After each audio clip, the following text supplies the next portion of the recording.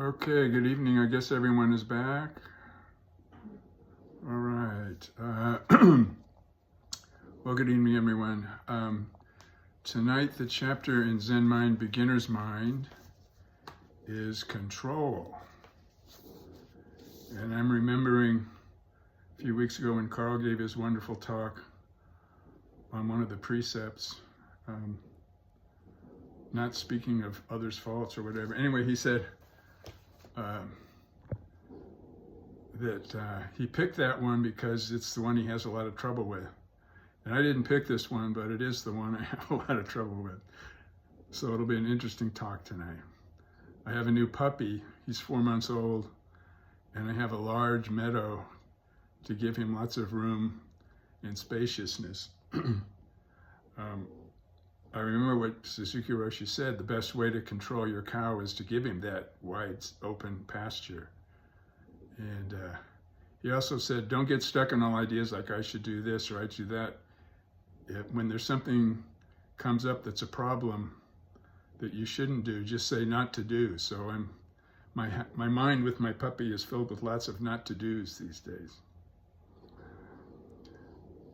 So he begins this chapter by saying to live in the realm of Buddha nature is to die as a small being every moment.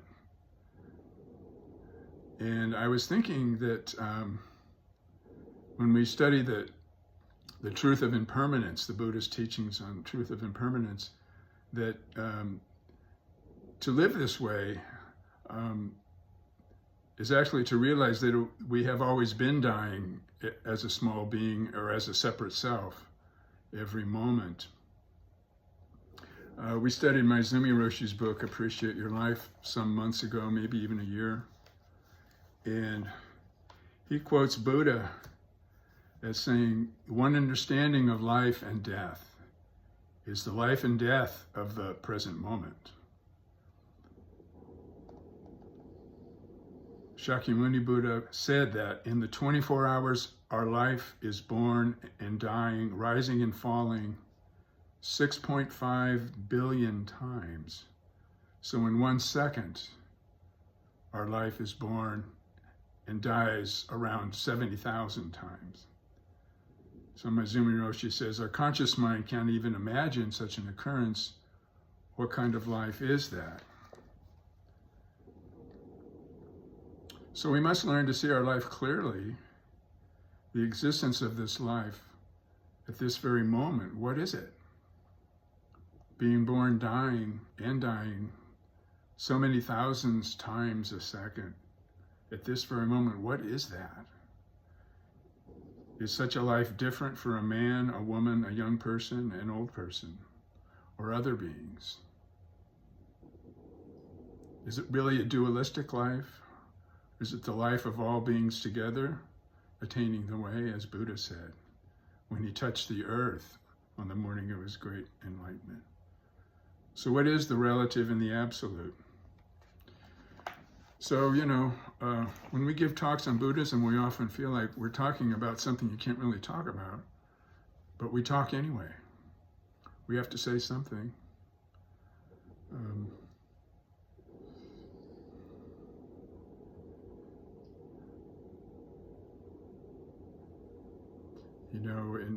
There's a lot of similarities in this chapter to some of the stuff he said in the previous chapter on breathing. He said that when the air comes in, when we breathe, and when the air comes in from the outer world into the inner world and goes back from the inner world and back into the outer world, we realize that both, we say inner and outer, but actually the inner and outer worlds are both limitless, and there's really just one whole world. And he says to say you is to be aware of the universe in the form of you, and to say I is to be aware of the universe in the form of I.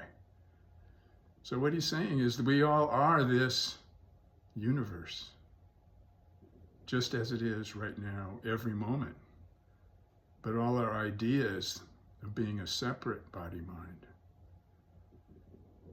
are dying, being born and dying every so many thousands of times a second. Of course, there's no measuring tool for how many times, but just think of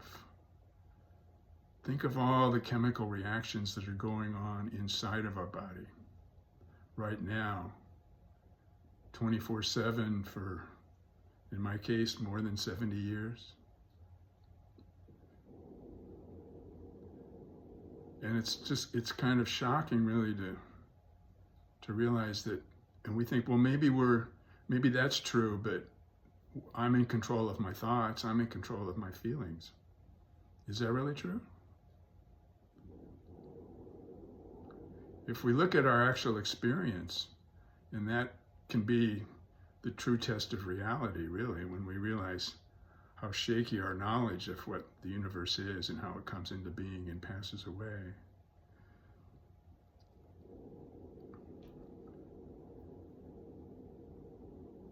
That's just an assumption we have. We have to feel like we're in control, but are we really in control?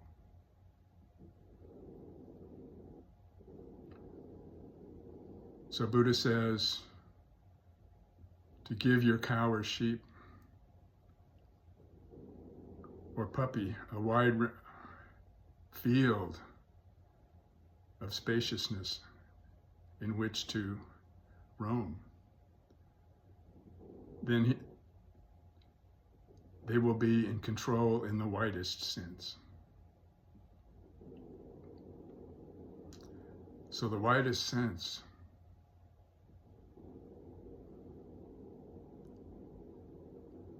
when we say the inner world and outer world are both boundless, is that not the widest sense? And in our actual experience, don't we know, haven't we all wondered as kids how far space extends? There's no limit to that. And if we close our eyes and focus inward, what's actually there besides various sensations? Maybe thoughts dancing around, sights and sounds are there. Where's the limits to that world?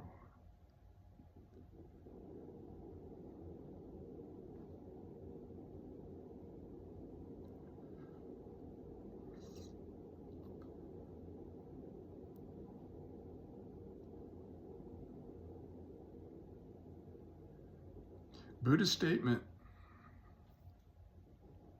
on the morning of his enlightenment that I and all beings together attained the way is a great comfort to me, even though I can't understand it.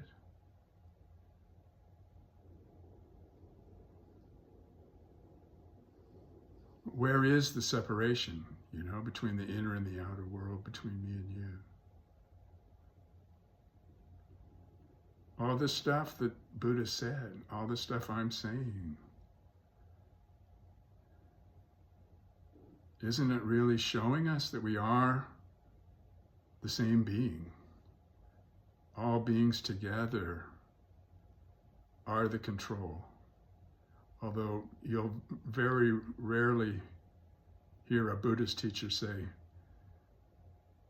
the universe controls us or Buddha nature controls us. Because control really is kind of a dualistic term. In our language, it almost always implies a subject being in control of an object. But in Buddhism, although we don't use the word control so much in terms of the higher power being in control,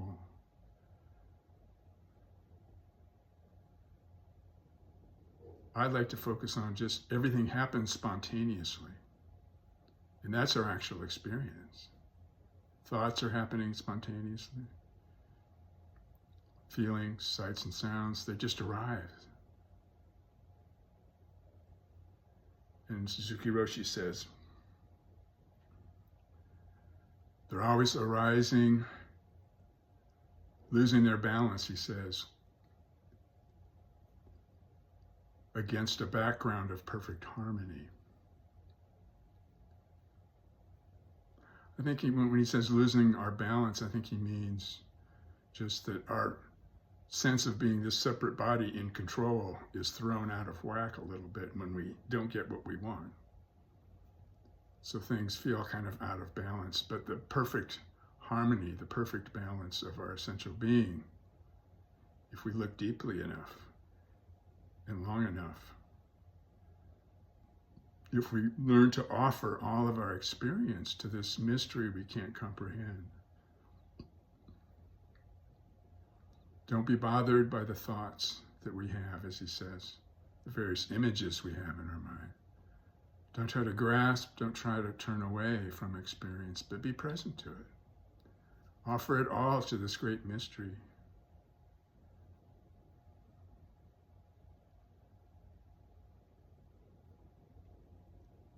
That recognition of the great mystery being our shared being, in my experience, is love.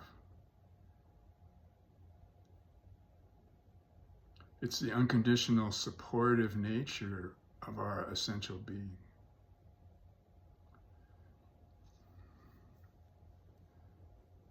So we strengthen our vows, and even though we don't really know what we're doing in terms of being able to explain it in terms of our finite conceptual mind, it's free of all conceptualizations.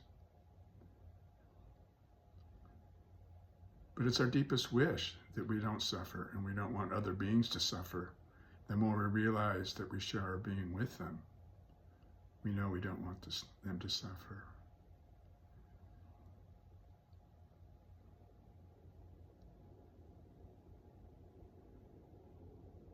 So surrender, let go, offer all of our experience to this higher power. It's something that I think we're really on the deepest levels of our being. It's what we really want. Although it's because for some unknown reasons, we have all these fears and desires, personal desires and fears that get in the way of that.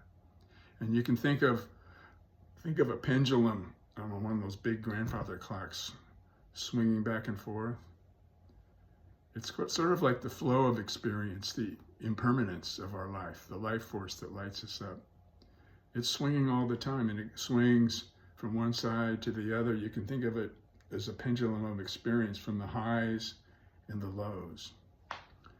And Kwang Roshi says, we practice not to limit the free expression of this life force. And I think that's what Suzuki Roshi means when he says, when you understand the background of experience, the Buddha nature, the harmonious, ever-present,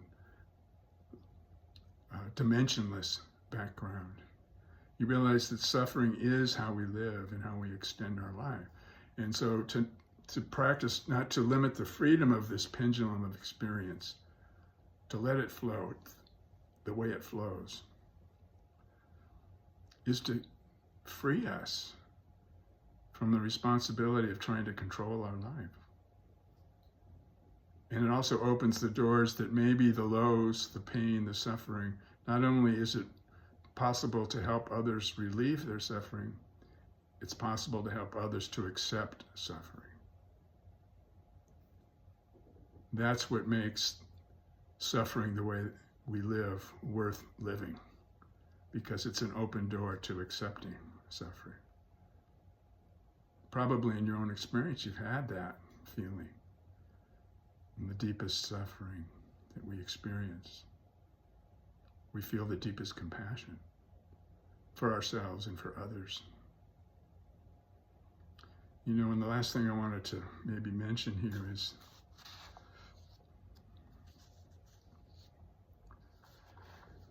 that the question of can we really control our experience? It seems separate from me, not separate, I'm sorry. It's inseparable from the question of, are we actually the doer of our life? There was a conversation with the Zen master and his monk, I wrote it down. I don't remember who they were, but the master says, whether you plan or don't, life goes on. But in itself, a little whirl arises in the mind, like kind of a whirlpool of experience, of energy, whirling around in the mind, which indulges in fantasies and imagines itself dominating and controlling life. Life itself is desireless, but the false self wants to continue pleasantly. Therefore, it is always engaged in ensuring one's continuity. Life is unafraid and free. As long as you have the idea of influencing events, liberation is not for you. The very notion of doership, of being a cause, is bondage. So you can see how the swinging pendulum forms in there, comes into that, trying to influence the pendulum. And the pendulum of our experience, if we're honest, we have as much power to control that pendulum of experience as we do of moving the galaxies. We have no less power to do that than we do, and we have no more power to move that pendulum of experience than we do to move the galaxies. But we can offer our experience, we can offer our life to relieve the suffering of ourselves and beings. And Suzuki Roshi said, when you talk about breathing, he says, when we say, I breathe, the I is extra. So you could say when we say, I do, the do is the I that says I do is extra. And there's a Buddhist teacher, Mark Epstein, he wrote a book, Thoughts Without a Thinker. I was thinking we could have a book, Doing Without a Doer. It doesn't mean we don't do, it means we never do anything by ourselves, as Reb Anderson says. So our doing to save all beings from suffering is the doing of all beings together, doing it. And sometimes I realize I've been thinking and contemplating and working on relinquishing the sense of doership. And I get frustrated and realize, I get frustrated because I'm trying to do the relinquishing of doership. That is one of the ultimate paradoxes. But anyway, we can laugh at ourselves and join that spirit of all beings together. So that's all I have to say tonight. Thank you.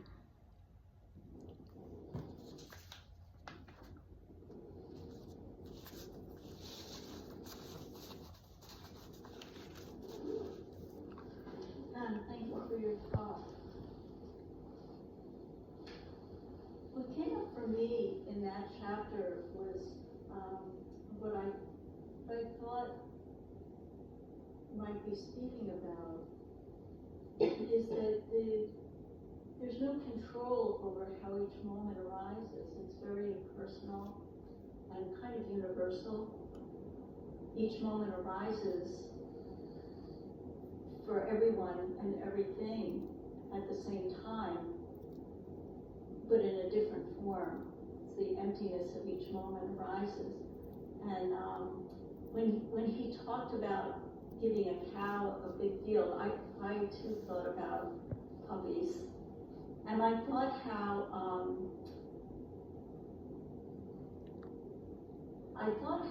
about how he said that there's no control, but there are rules. At the very end of the chapter, he said there's rules. And I thought, well, the rules are that we usually name the puppy or teach the puppy to sit or teach the puppy not to pee in the house. And those are kind of the rules. And I guess they indulge us by buying into the rules that we make on each moment. But really, for most of the universe, for the trees, the grass, the animals, the insects, they really don't have a lot of rules. But they have this wide meadow that they exist in. And that's what came up for me in this chapter, that we kind of make these rules, but we don't have any control. Mm-hmm. Yeah, that's a good point. I remember Suzuki Roshi saying that the way we realize our freedom is by realizing if we follow the rules without attachment and without complaining, if we open to the fact that maybe our happiness and our joy and our freedom from suffering are not dependent on external conditions. In other words, we don't have to suffer.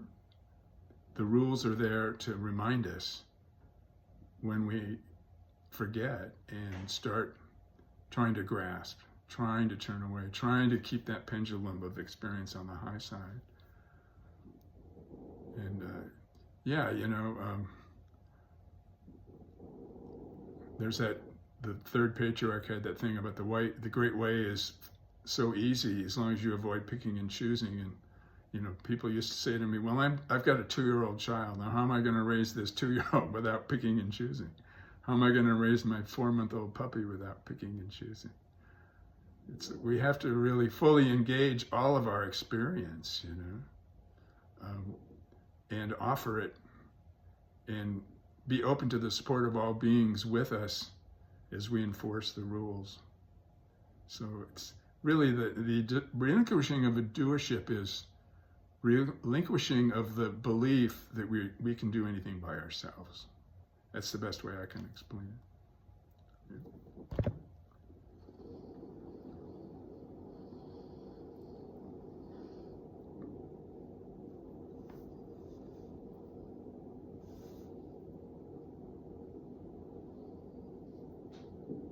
Thank you for your talk, Roger.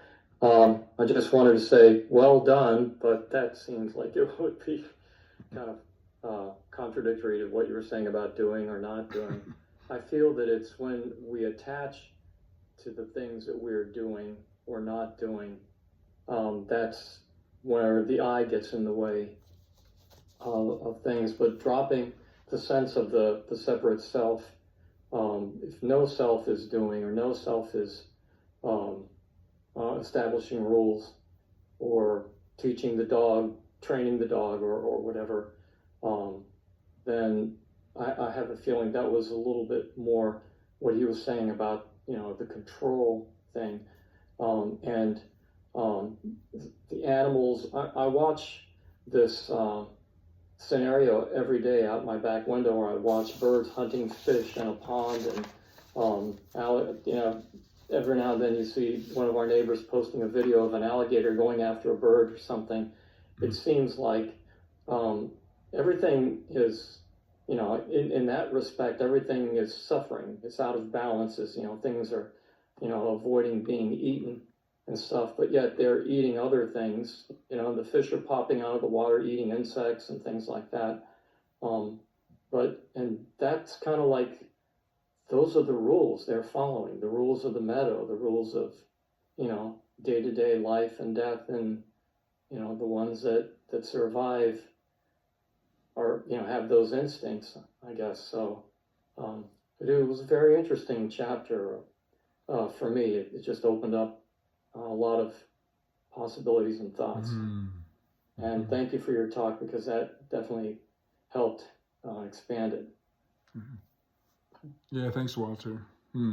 Yeah, that's an interesting point. I hadn't really thought of it in that exact way, but yeah, our life and death and our suffering, those are the rules of life. So if we have our rules help us to realize the truth of our life as much as we can. In other words, live those questions in our life, we feel more alive.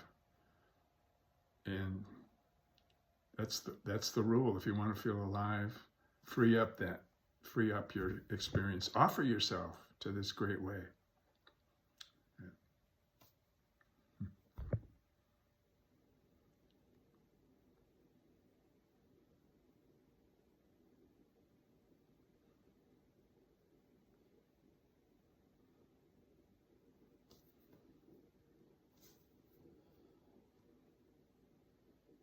We have a few more minutes if anyone wants to say anything else. Yeah, thank you for your presentation. I find myself responding to your words, doing without a doer. And what comes to my mind is the whole concept that all of life is conditioned. So it's not that I'm being controlled or I control, but that control is taking place by virtue of the fact that everything is conditioned. And if those conditions didn't exist, then everything would cease to exist. So it's the universal interplay of dependencies that is the control. Yeah, good point. Maybe we need to be a little more comfortable using the word control in our Zen teaching, and that'll help us free us from being caught in the idea of it. So thanks for that.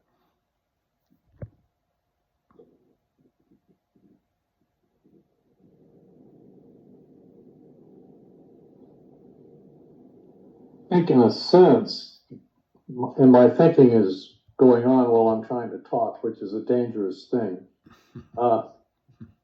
In a sense, the control is really never there. We might think it's there, but it's really never there.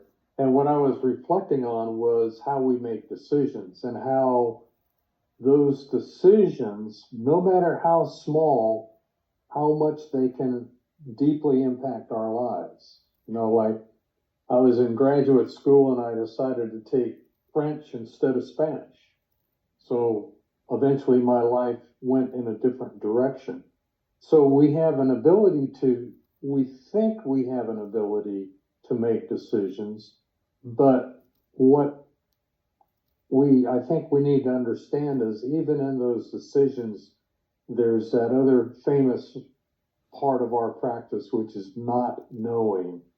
We've made a decision and we don't know. There's not knowing, which I think just fits right in with everything you had to say tonight.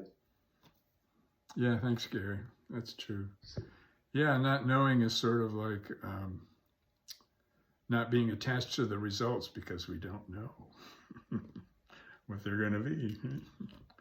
Yeah. And in the spirit of all beings together, how attached we are to the results is a reflection, to me anyway, in my experience, it's a reflection on, are we really acting in the spirit of all beings together? Yeah, thank you. We're a little bit over our time. Does anyone have anything else they'd like to offer?